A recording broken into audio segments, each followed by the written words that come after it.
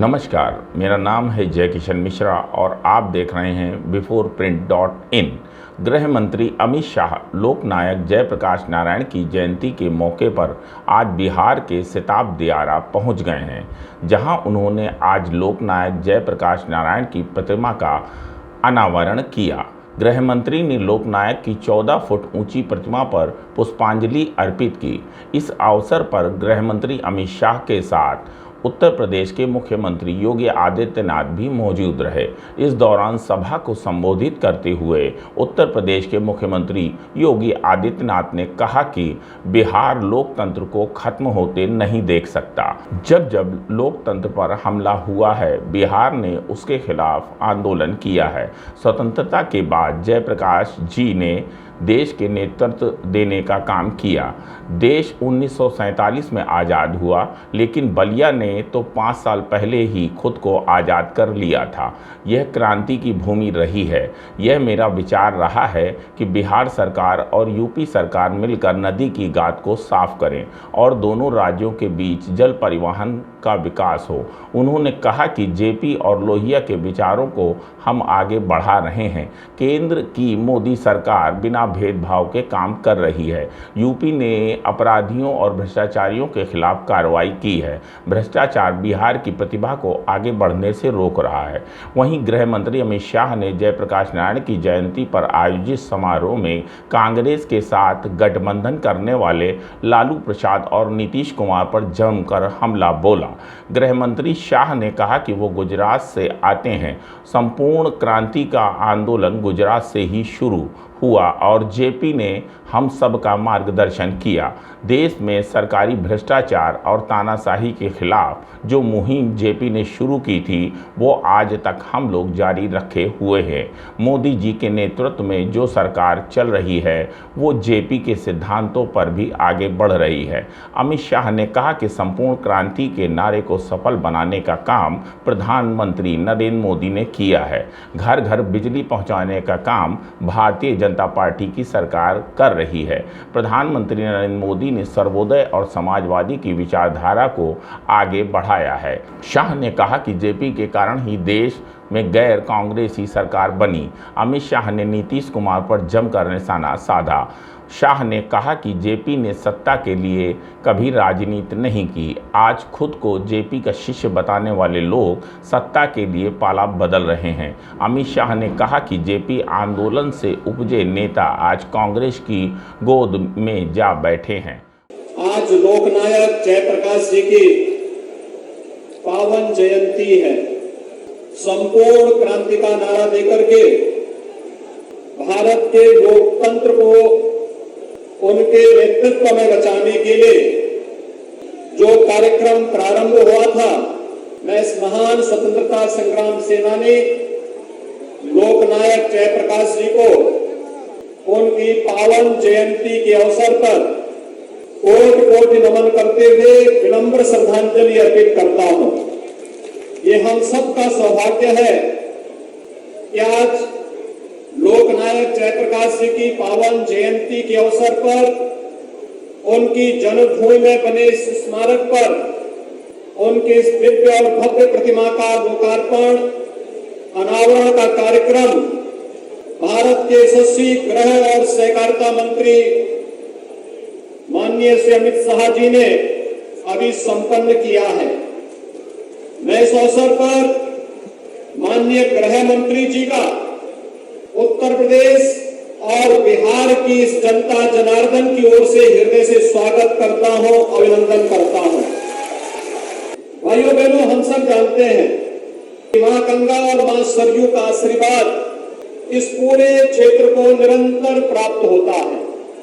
दुनिया की सबसे उर्वरा भूमि होने के साथ ही प्रतिवर्ष बाढ़ जैसी त्रासदियों का सामना करने के बावजूद जो जुझारूपन इस क्षेत्र के और इस भूमि में जुड़े हुए लोगों के अंदर देखने को मिलता है, उसने यहाँ के लोगों के जज्बे को अलग ही बनाया है।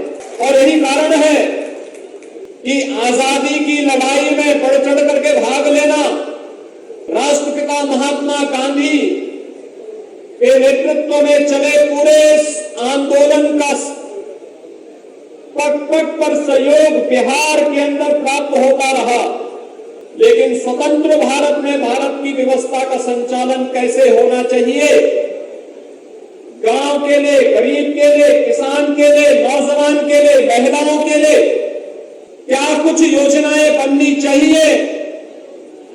भले ही उस समय की सरकार ने कुछ कार्य किया हो और योजना बनाने में विफल रही हो, लेकिन सरकार से बाहर रह करके जिन महापुरुषों ने इन पर स्वस्थ चिंतन को आगे बढ़ाया था, लोकनायक जयप्रकाश नारायण जी और पंडित दीनदयाल उपाध्याय जी, डॉक्टर राम मनोहर लोहिया जी जैसे महापुरुष उस समय भी इस क्रांति की लोगों को स्वतंत्र भारत के अंदर अपने चिंतन के माध्यम से आगे बढ़ाने का कार्य कर रहे थे।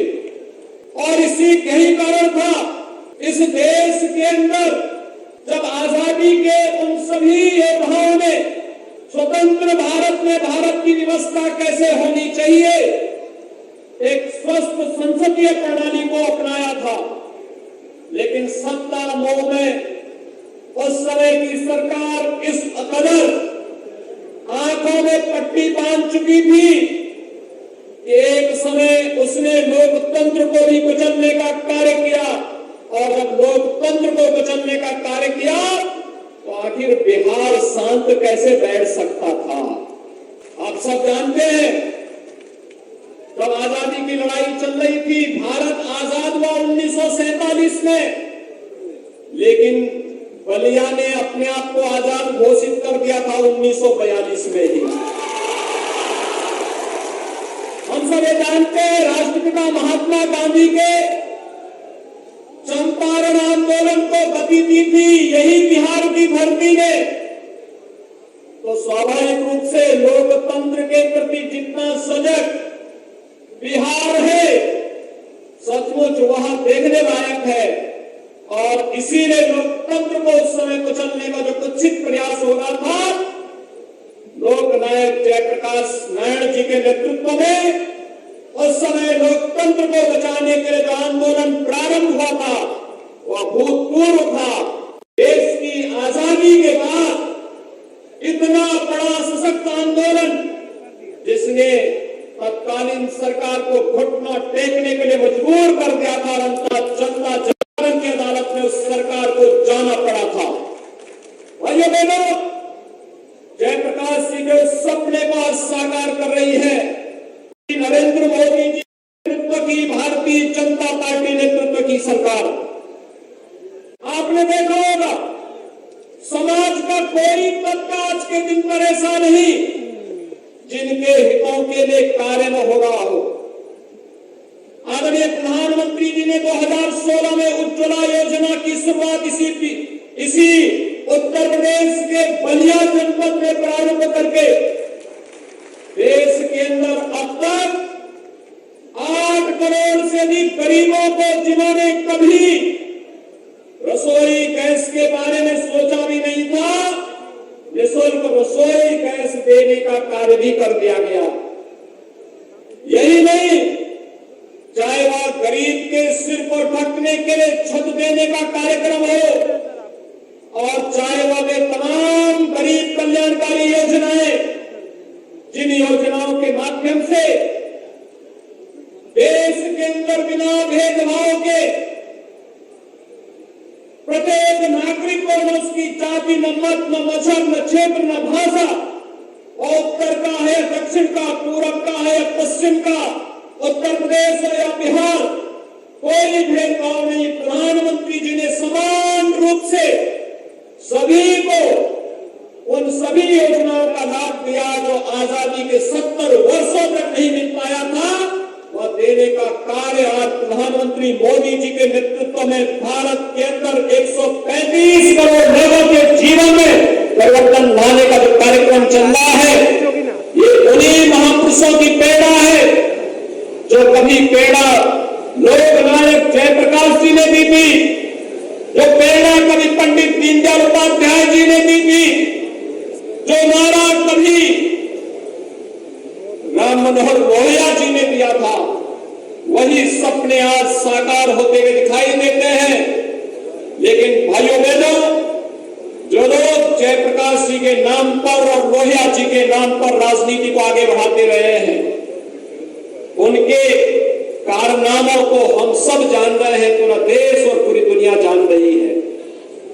राजनीति का प्राधिकरण हो, इसके वे दुर्विरोधी थे, लेकिन राजनीति का प्राधिकरण बिहार के विकास को बाधित कर रहा है। आज आप देख रहे होंगे, आज से कुछ वर्ष पहले उत्तर प्रदेश के अंदर भी राजनीति का प्राधिकरण था, अपराधियों का भ्रष्टाचारीकरण था, और भ्रष्टाचार और राजनीति जब एक साथ मिल जाती है और अपराध और राजनीति जब एक साथ मिल जाती है, वह कोड़ में खास का काम करता है। और यही कार्य बिहार जैसा शार्प ब्रेन, जहां पर इतना अच्छी बौद्धिक संपदा बिहार के अंदर, बिहार के युवाओं के अंदर है, लेकिन बेईमानी और भ्रष्टाचार बिहार के इन युवाओं की प्रतिभा को आगे बढ़ने से रोकती है। और बिहार के नौजवान को जब भी अवसर मिला देश और दुनिया के अंदर, उसने अपनी प्रतिभा और अपनी क्षमता का लोहा मनाया है।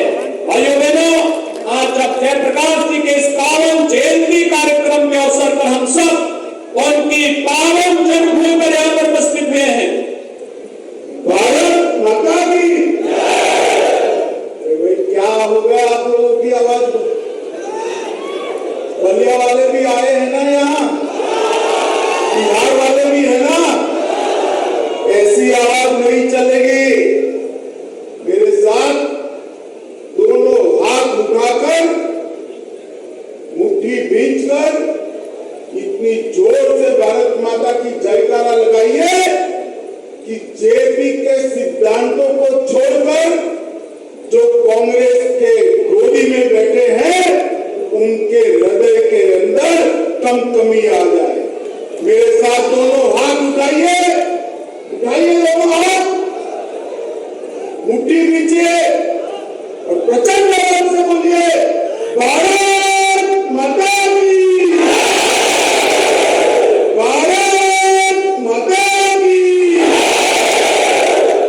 हम्पी के मिलन स्थान पर, यही भूमि पर जयप्रकाश जी जन्मे थे। जयप्रकाश जी का जीवन अनेक मानों में विशिष्ट प्रकार का रहा। आजादी के लिए क्रांति के रास्ते पर भी लड़े, आजादी के लिए गांधी के बताए मार्ग पर भी लड़े। आजादी के बाद जब सत्ता लेने का समय आया, एक सन्यासी की भांति विनोबा भावे के साथ सर्वोदय की गतिविधि के अंदर वो जुड़ गए। और मित्रों, पूरा जीवन देश भर के भूमिहीनों के लिए, गरीबों के लिए, दलितों के लिए, पिछड़ों के लिए उन्होंने गुजारा।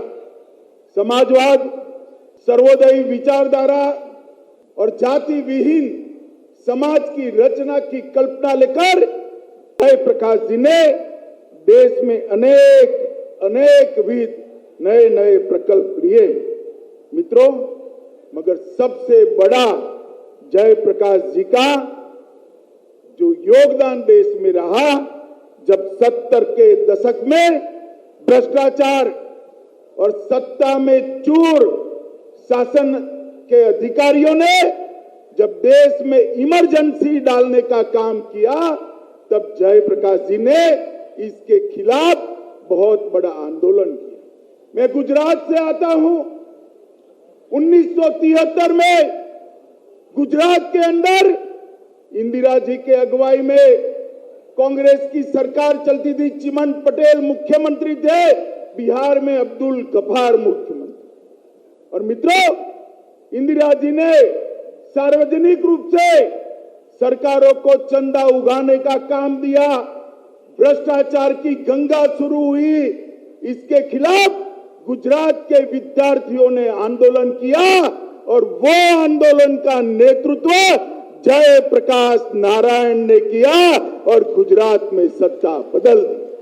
उसके बाद बिहार में आंदोलन किया और बिहार के अंदर जो आंदोलन हुआ वो गांधी मैदान की रैली देखकर इंदिरा गांधी के पसीने छूट गए। मित्रों, देश के प्रधानमंत्री को जब जजमेंट आया तब मजबूर होना पड़ा, देश के अंदर इमरजेंसी डाली और जेपी को भी जेल में डाल दिया।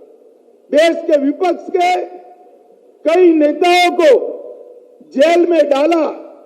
उनको था जेल में डालने से जेपी, मोरारजी भाई, अडवाणी जी, अटल जी सबके हौसले पस्त होंगे। मगर 1942 के भारत छोड़ो आंदोलन में हजारीबाग की जेल जिसको न रोक सकी, वो जयप्रकाश को इंदिरा जी की यातना न रोक पाई। सारी विचारधारा के छात्र जेपी की अगुवाई में इकट्ठा हुए थे। सुशील जी यहां बैठे हैं। सुशील जी भी उसी आंदोलन की प्रोडक्ट है, मगर उस आंदोलन की और कई लोग हैं जो पूरा जीवन जेपी का और लोहिया जी का नाम दिए। मित्रों, आज मैं बिहार की जनता को पूछने चाहता हूं, जो जेपी का नाम लेकर जेपी आंदोलन से उपजे नेता आज कांग्रेस के गोदी में बैठे हैं केवल और केवल सत्ता के लिए, उसके साथ आप सहमत है क्या? जरा जोर से बोलिए, सहमत है क्या? ये जयप्रकाश के सिद्धांतों की राजनीति है, ये जयप्रकाश का बताया हुआ मार्ग नहीं। जयप्रकाश जी ने जीवन भर सत्ता के लिए कुछ नहीं किया, पूरा जीवन सिद्धांत के लिए। और आज 5-5 बार सत्ता के लिए पाला बदलने वाले लोग बिहार के मुख्यमंत्री बनकर बैठे हैं।